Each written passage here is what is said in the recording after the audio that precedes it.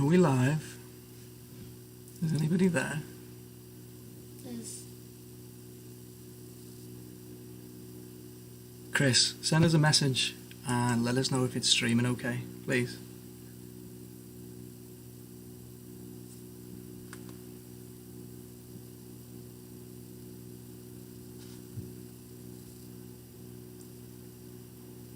So that's... Can you hear us all right? Give us a yes if you can hear us all right. Oh, I've got headphones.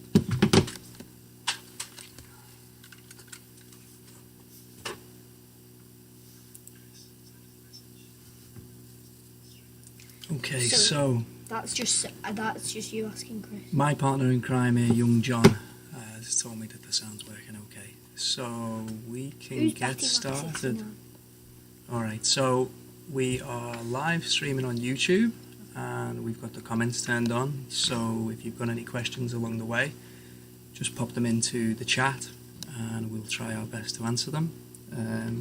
Please bear with us, this is the first time that we've done this.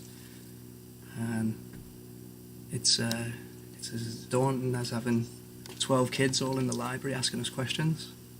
Okay, so Wirral Code Club has been going for 3 years. It's volunteer ran, teaching kids from 8 to 13 how to code. We run at Wallasey, West Kirby and Birkenhead, and I think we're all really looking forward to getting back and doing the sessions. So if you've not been before, this is an opportunity for you to, we're going to do a live code along. We're going to be doing Scratch, Ghostbusters today. Let me just turn the volume down so I can hear myself. So I'll be going through and we'll be working through the project, and if you guys are following at home, and I'll be doing a bit and then we'll give you time to catch up, and hopefully you'll have some fun. So today we're going to be doing Scratch. Over the coming weeks we'll be looking at Microbit, maybe some Python and maybe Blender as well. So subscribe to us on YouTube, follow us on Facebook, and we'll be posting about the upcoming sessions. So for this session we're going to need 2 websites. We're going to need the Raspberry Pi project website. So the projects that we use are kindly put together by the Raspberry Pi Foundation. And you guys can access these projects from home. If you want to have a look at the other ones, all the resources are available online. So I've just gone to Google and I've just Googled Raspberry Pi projects. The links are also below the video if you're watching on YouTube, which you are. Alright, Code Club,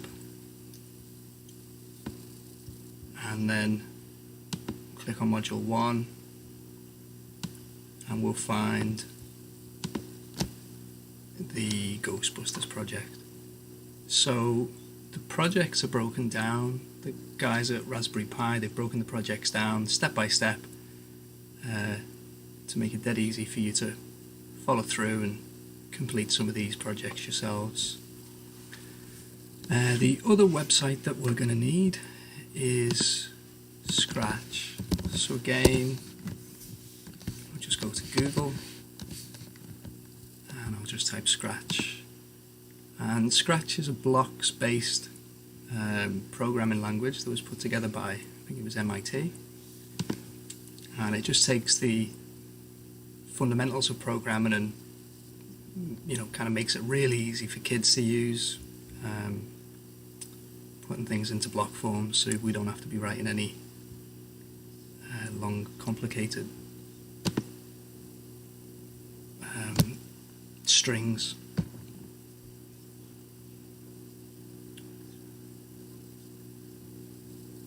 Okay, so in the primer video that I sent out, showed you how to set the browsers on your screen so that they're next to each other. If we just click on the tabs and just drag all the way to the left, and then it snaps to the window. And then if I click Scratch and just going to reposition them slightly so that there's more scratch on the screen than there is project. So this is Scratch on the right hand side, and for those who aren't familiar with Scratch, so we've got, if we click on File, we can open a new window. On the right hand side we've got Login. If anybody's watching who hasn't already set up some login details, if you want to go and grab a parent now and get them to set you up an account, there's the option there to sign in. By creating login details, it means that it automatically saves your project as you're going along, so if anything goes wrong with the internet connection or the computer, then it's saved onto the site. And then obviously you can come back and carry on working on what you've been working on at a later date as well. So we've got the code blocks on the left hand side, and the different types of code are color coded, so as we're going through the projects you'll see the suggestions that they give us for when we're building the code blocks. It's pretty easy to find because they're all color coded. On the right hand side we've got what's called the stage, where the program takes place. There's Scratch the cat. The images that are on the stage are called sprites. This window in the middle is where we build the code, which you'll see in a moment, and there's some buttons down at the bottom for adding sprites and adding backgrounds.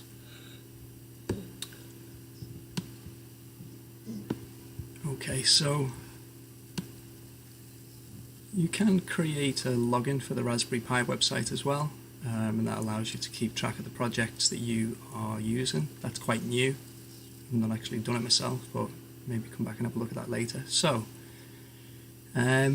what you'll find with the projects is there's always a preview embedded, so you can have a little play to see what things should be like before you get started. So the project that we're doing today is called Ghostbusters, and the idea is that you catch the ghosts, the sprites on the screen, and there's a scoring system and a countdown as well. So let's look at this first bit. As I say, I will pause as we're going through to let you guys catch up, and if you have any questions, pop them into chat. We'll keep an eye on that. So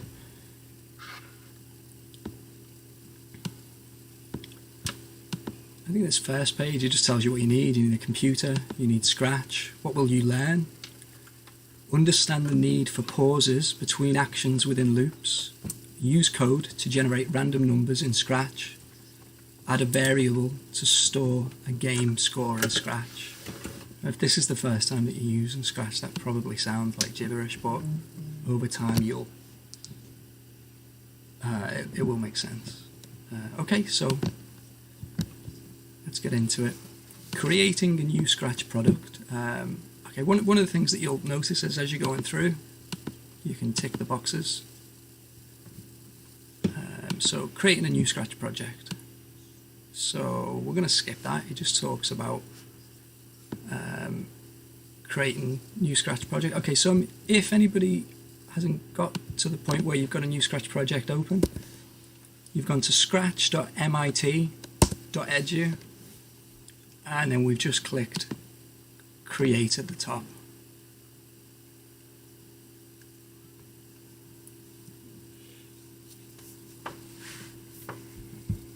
And you can give your project a name.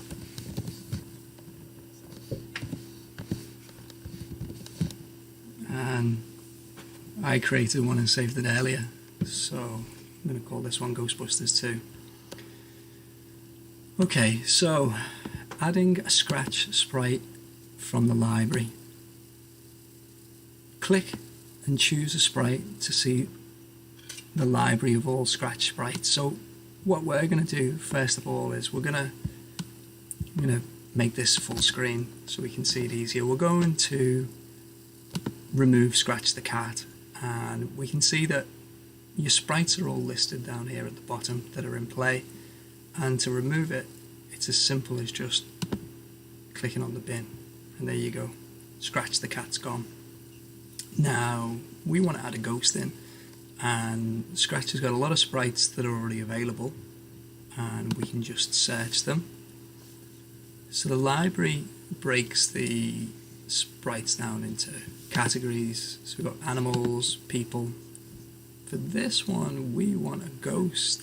I know there's a ghost in there. I think that probably comes under fantasy. And there it is. Now, the other way to search is you can literally just type what you're looking for in the search. So there you go. And we've added the ghost sprite. Okay, I'm just gonna pop back and look at the project. So, adding a Scratch sprite to the library. Click and choose a sprite to see the library of all the Scratch sprites. So, just to confirm, we clicked on this, and then we click choose a sprite, and then we just selected the one that we want. Okay, so now we need a background.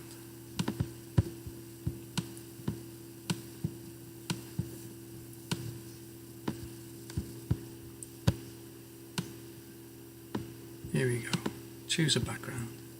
So again, if we just click back to, okay, so I want to leave the sprite library. I'm just going to click this back button in the top left.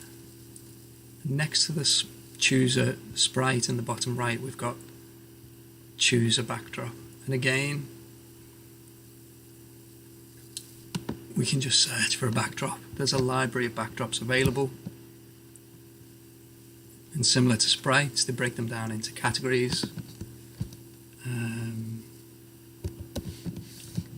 But if we know what we're looking for, we can start to type. I thought it was outdoor, but it's not. Okay, so outdoors. I think it's called woods. Here we go, it's at the bottom.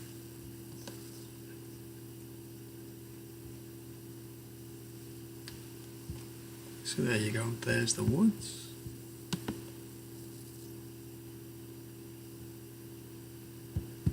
Okay, so I'm just going to pause for a moment to make sure that everybody's caught up. If you've got any questions, if you want to pop them into the chat, and we'll try our best to answer anything that comes up.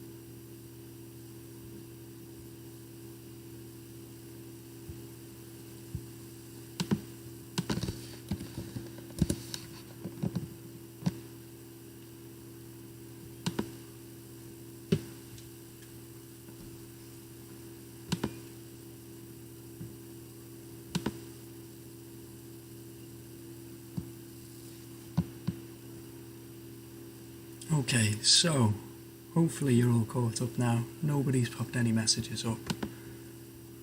So let's move on to the next bit.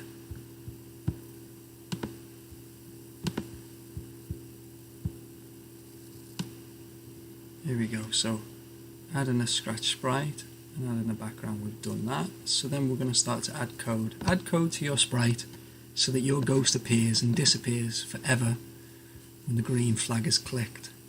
And the way that the projects are set up is they want you to get to the point where you can build those code blocks without them telling you.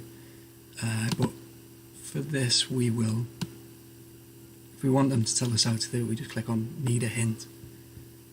So once the green flag is clicked, your ghost should hide for 1 second and then show for 1 second. So let's start looking at the code blocks. Now, the code blocks are broken down. We've got events, controls, sound, sensing, operators and variables. Now what an event is, it starts a code block off. It's saying when an event happens, for example, a green flag is clicked, it starts the code, starts running through the code, or when space key is clicked. Okay, so most Scratch projects start with when green flag clicked. Now when we're dragging the code over here, the code is added to the item that we've selected. So because we've selected the sprite,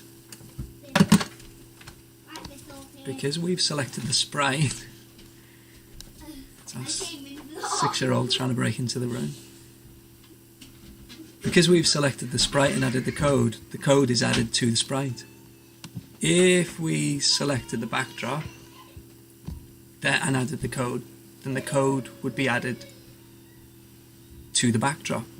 Okay, so we're adding. Is he alright? We're adding the code to the sprite. Okay, so when green flag clicked, your ghost should hide. So let's have a look. So the hide is under looks. You see what I mean with regards to the colour coding? You can see that this is kind of a purple. So if we scroll down slightly, and there it is, hide. So when green flag clicked, hide for 1 second. So we should be able to add a control, and the controls help you to control how the block works. So we could set up forever loop. What a forever loop is, if we were to say hide forever, the loop just keeps going round.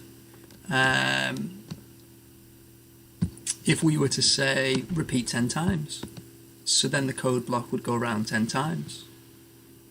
Okay, so once the green flag is clicked, your ghost should hide for 1 second. Let's have a look. So we should have a 1 second control there.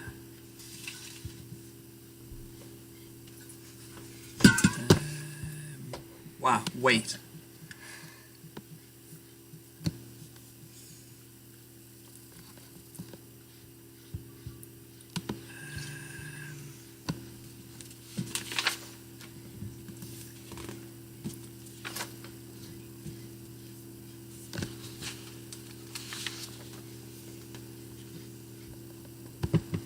That's the wrong one. It's right up at the top. I've done this project a million times. This is normally the first project that we get the kids to do in the club. So we would do hide, wait 1 second, and then it wants us to show. So again, it's a looks block. So then we would do show. And we want it to blink on and off. So again, we've got to add wait 1 second.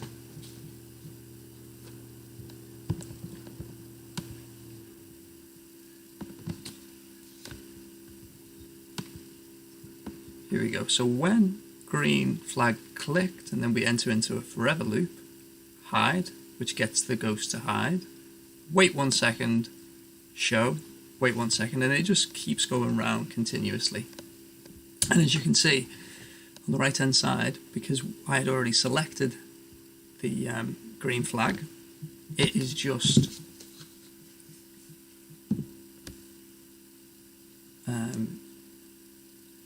playing through live. As we make the changes, if we've already initiated the stage, then it will just play through. Okay, so if you've got any questions, if you want to pop them into the chat. If not, I'll just give you a moment to catch up. I'll just be a moment.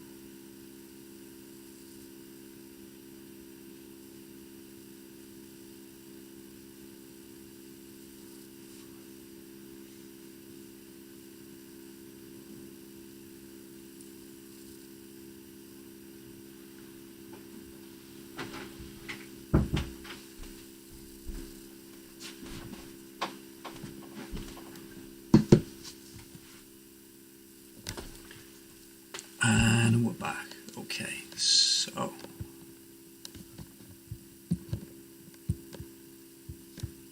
here we go.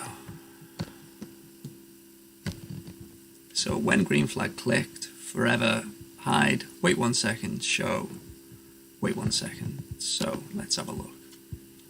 Once the green flag is clicked, your ghost should hide for 1 second and then show for 1 second and do this forever. So that's cool. We have completed that block. So let's, okay, so test and save your project. So a key with coding is testing. So we can see that we've already tested this. We've clicked the green flag and we can see that the code is highlighted and it's running through the code loop. And we can see that the ghost is doing exactly what we would expect it to. All right, so we're going to move on to the next part of the project, random ghosts. Your ghost is really easy to catch at the moment because it doesn't move. Can you add code to your ghost so that instead of staying in the same position, the ghost appears at random positions on the stage? All right, and again, we're going to go ahead and ask for a hint. Each time before your ghost appears, it should go to a random position on the stage. Alright, so, and again it's giving us a hint with the colour. So it's going to be motion. And we can see random position. So if we add this block in last, we can see that it's moving around the stage. I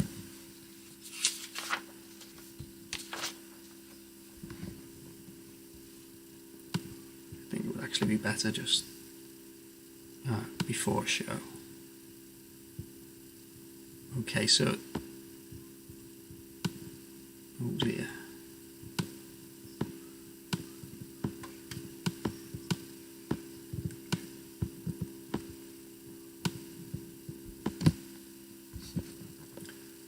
My 12-year-old sat next to me telling me how to do things.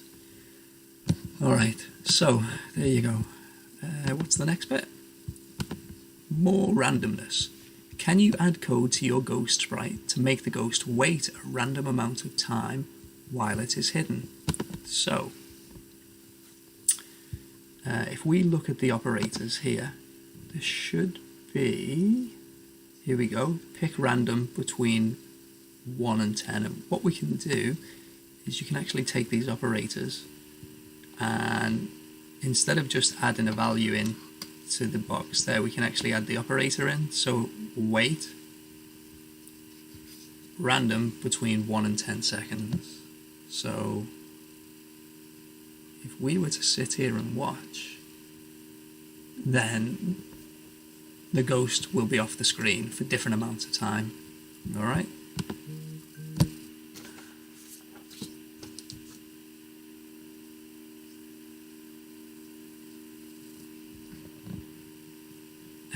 Can you use the set size block to make your ghost randomly larger or smaller?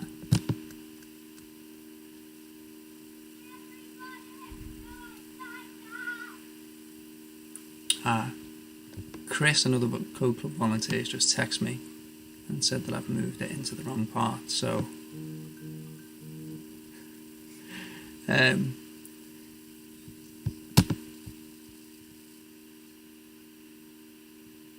okay. And the next part is, can you use your set size block to make your ghost randomly larger and smaller as it appears? So, let's have a look. So, under the looks, we've got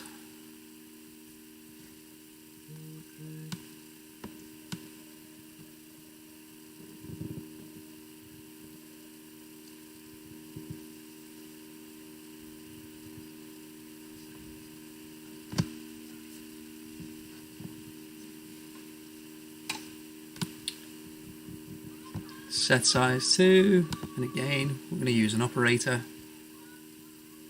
and we'll say pick random between 50 and 150.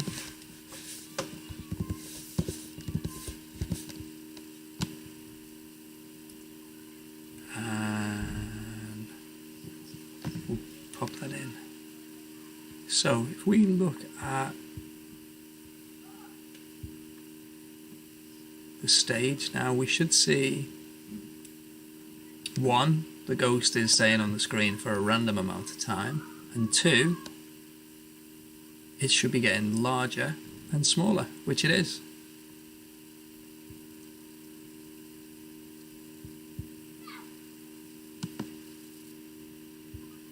Okay, so the next thing that we're going to do is we're going to add some code in for catching the ghost. I'm just going to wait a little while just to see, just let everybody catch up. If anybody's got any questions, if you just want to pop them in the chat.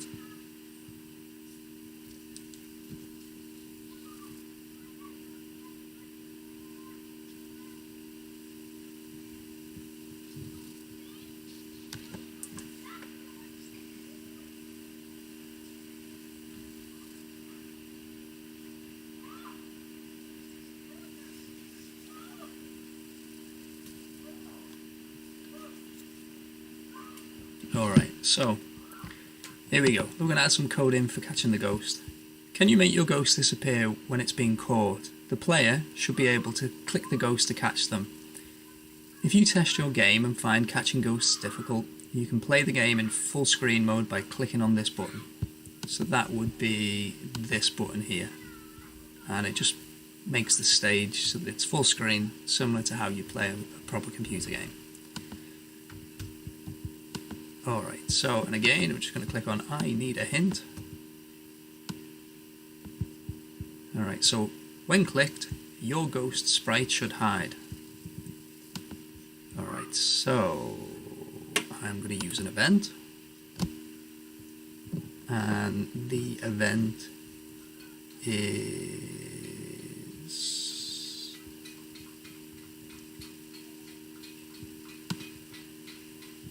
So when sprite... here we go. When this sprite's clicked. And then we're going to use looks, and we're going to add hide in.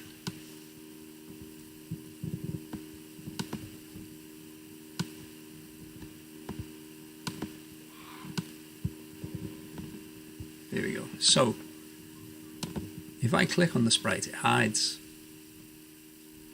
I don't know if it's going to come back. So what we need to do is...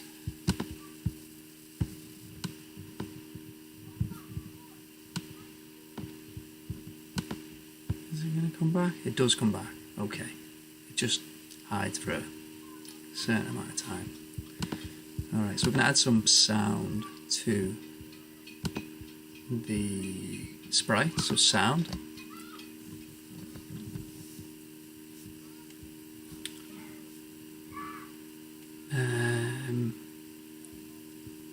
So which one? Play sound until done. And again, in the same way that there's a library of sprites and a library of backgrounds, we've got a library of sounds as well. So, I got my sound turned up, I have. if we now click on the ghost, we've got the space ripple. Now, as well as being able to use the library of sounds, we can record as well. So if I record, I'll begin to record and I'll try and make a ghost sound. Woo! We can trim the sounds down, save. It gives you all kinds of editing options. John, can you just go make sure Phoebe doesn't come in? We'll give it a name, ghost sound, and then we'll click back to code, and then on the drop down we can select ghost sound. Woo! And it plays the sound of me making a ghost sound. Alright, so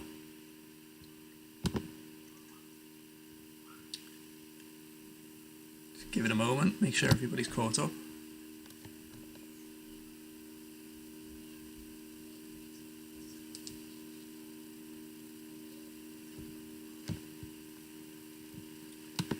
Okay, so can you add code to your ghost so that the ghost makes a sound when caught? We've done that. Alright, so now we're going to add a score. And for that we're going to create a variable called score. So we'll go to the variables option on the left hand side. And we'll do make a variable. And we'll put the name of score in. Now we can do for all sprites, so you can make the variable available for all sprites, or we can do for this sprite only. We'll make it available to all sprites. And we can see that the score option appears in the top left. Can you keep track of the player's scores? Players should score points when they click on the ghost to catch them. Alright, if we ask for a hint. So, when the green flag is clicked, your score variable should be set to 0. Alright, so that's one bit of code that we're going to add in. So,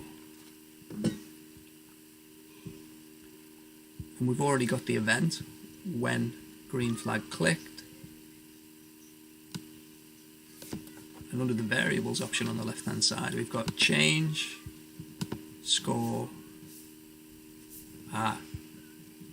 That's not the one we want. If we want to get rid of code, we can just drag it back into the code section on the left. We want this one. So set score to 0. And we can just put that in the top there under the green flag. So the next bit is when the ghost sprite is clicked, the score variable should change by 1. So when this sprite clicked, change score by 1. And again, we can just put that into this block here. So I think what we're going to need to do is add a loop in as well. No, we're not. That's on the timer. Alright, so we're going to add a timer as well. So again, we're going to add a variable. So we go to variables on the left, and we're going to create a variable called time. Maybe we don't want to associate the variable to the sprite. We will associate it to the background. So make a variable, time. And again, we can see that it's appeared at the top. We're just going to move it over to the right. And we're going to put an event in when green flag ticked, and then we're going to create a control with a loop of 10, and then we're going to go to variables, and we will do change my variable, change my time,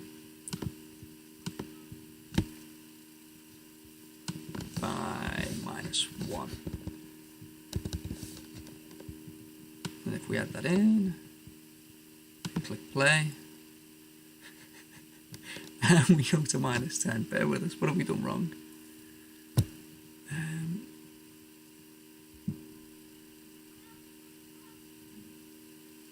Do you know what?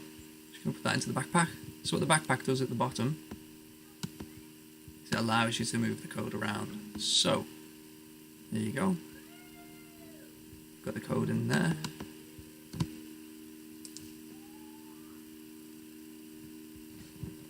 And so what have we done wrong here? If we go back to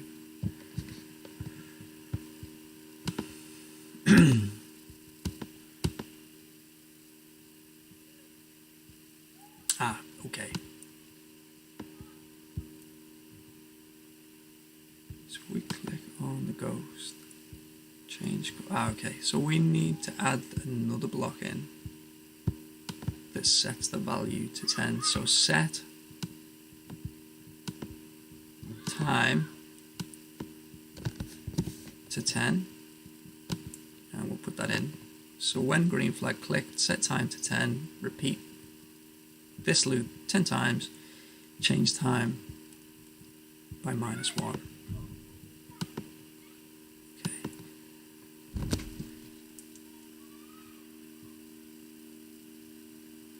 I was hoping that was Chris sending me a text message telling me what I'm doing wrong, but I'm on my own on this one.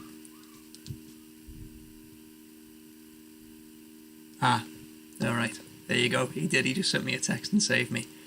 We have to put a control in. That is wait 1 second. So if we put that in here, let's see what happens.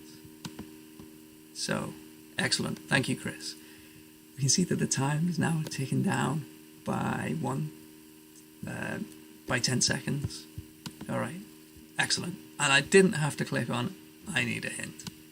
Let's see what they would have said anyway. So, when the green flag is clicked, your time variable should set to 10 seconds. That's what we did. It should then change by -1 every second until it reaches 0. Excellent. We've now got a countdown timer. Alright. So. Woo! I can see the scores going up. Every time I click on it. John thinks it's funny because it's me making a noise. Alright. Let's see. What's the next thing that we need to do? Okay. Ask a friend to test your game. How many points can you score? John, would you like to test my game? Okay. I'll just... Woo! Woo! Okay, so you need to click go again. Press it. All right. How many points? Woo! Woo! I still think that was quite funny. Woo! Oh, I ran out of time. All right. Go on. Thank you. Back off to the side. Okay.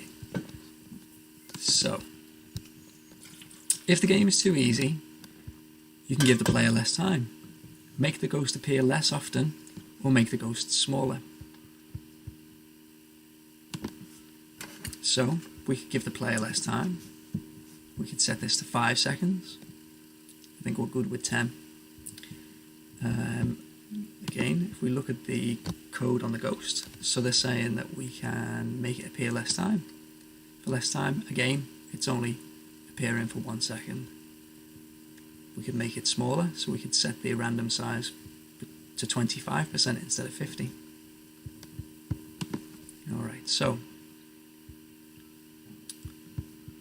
we're gonna do a challenge. We're gonna add more sprites to the stage. So can you add other sprites to your game?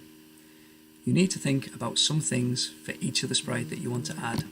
How big should your sprite be?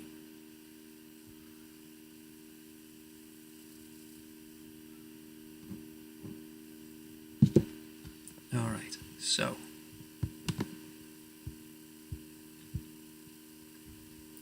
we're going to add another sprite. We're going to add a bat sprite. I know that there's a bat sprite in here, so I'm just going to go and search for bat. Isn't it in the animals? Okay, so one of the things that you'll notice when we're selecting the sprites is some of them are animated, and what that means is that they've got costumes, so we can see that.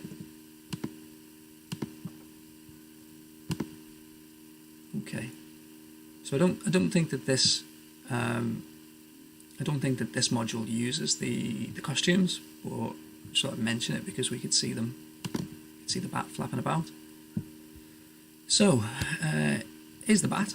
Now earlier on, I took the code that we'd added to the ghost and I put it in the backpack at the bottom. And the good thing about that is, so we can see there's no code added to the bat. And we can literally just grab those code blocks out of the backpack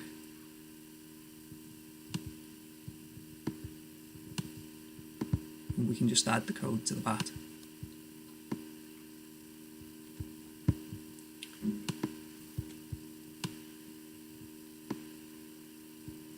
That's not the code that I wanted.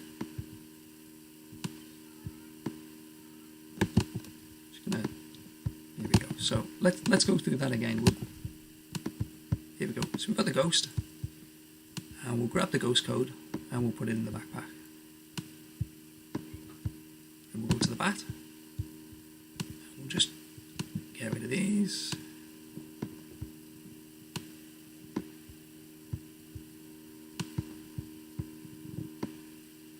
And we'll add the code. I'm not doing a very good job of this, am I? Here we go. So now, if we watch on the right hand side the stage,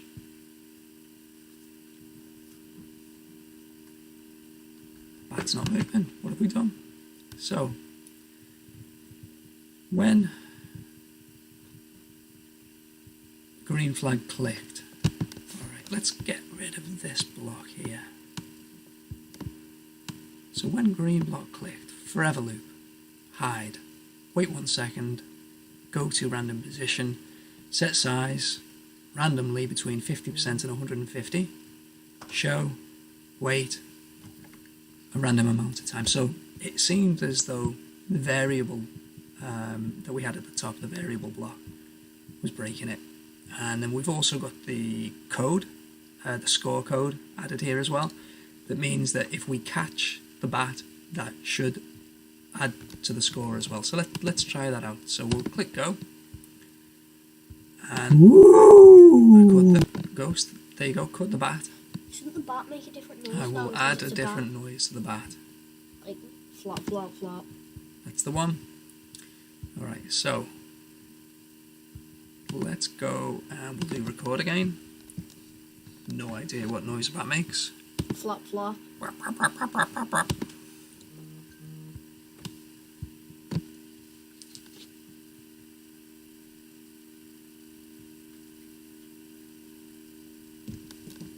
Here we go. So save, and we'll call this recording bat noise.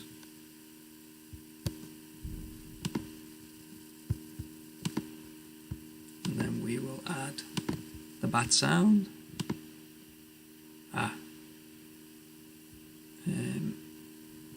Flop, flop. Woo! Flop, flop. Woo! Alright, so there you go.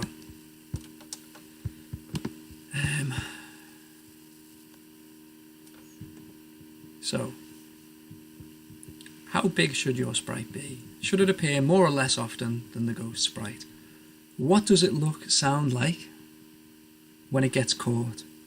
How many points does the player win or lose for catching the sprite? So one of the things that we could do is we could make it so that the bat is worth 2 and the ghost is worth 1. And we could make it so that the ghost, the reason that the ghost is worth less is because it stays on the screen longer. if you need help, you can go back through the instructions in the previous steps or ask a friend. Alright, so what's next? Well done for completing the Ghostbusters project. Do you want to create something a little more challenging? Try our chatbot project. So, as I say, all of the resources that we use are available via the Raspberry Pi website. You can log on to Scratch, create an account, and the projects on the Raspberry Pi website really break it down and take you through step by step. We're going to be doing, hopefully next Thursday, we're going to be doing boat race, so don't do that one. Save that one to do with us.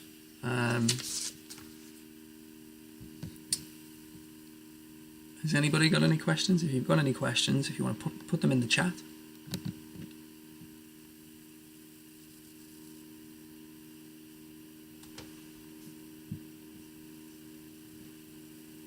Alright, one of the things that you may find when you're going through and doing the project is it doesn't work. It doesn't work. And one of the biggest things, the kids are like, I've followed the project, it doesn't work, but I've done it right. And you can guarantee that something's not right in that code. And if you encounter that, then the best thing that you can do is just go back. Think about the last time that it was working properly, and what are the things that you've done in the project since it stopped working. And it's just a case of looking back through the project and then just retracing those steps, checking the code. What is it that it's asking you to do? And what is it that you've actually done? And one of the things that you'll find is that some of the code blocks can look very similar. So make sure that you put the right one in. I do it, I'll put the wrong code block in, or I'll put the wrong variable value or something. And it's just a case of going through very carefully, looking at the code in the project, and looking at the code that you've actually used. Alright, so I hope you've all enjoyed it. This recording will be up on YouTube later on today, so share it with people that you know. If you've got any photos or anything that you want to share with us, put them on Facebook, put them on Twitter, or rather get your parents to put them on Facebook or Twitter or YouTube. And we'll see you all next week. Alright.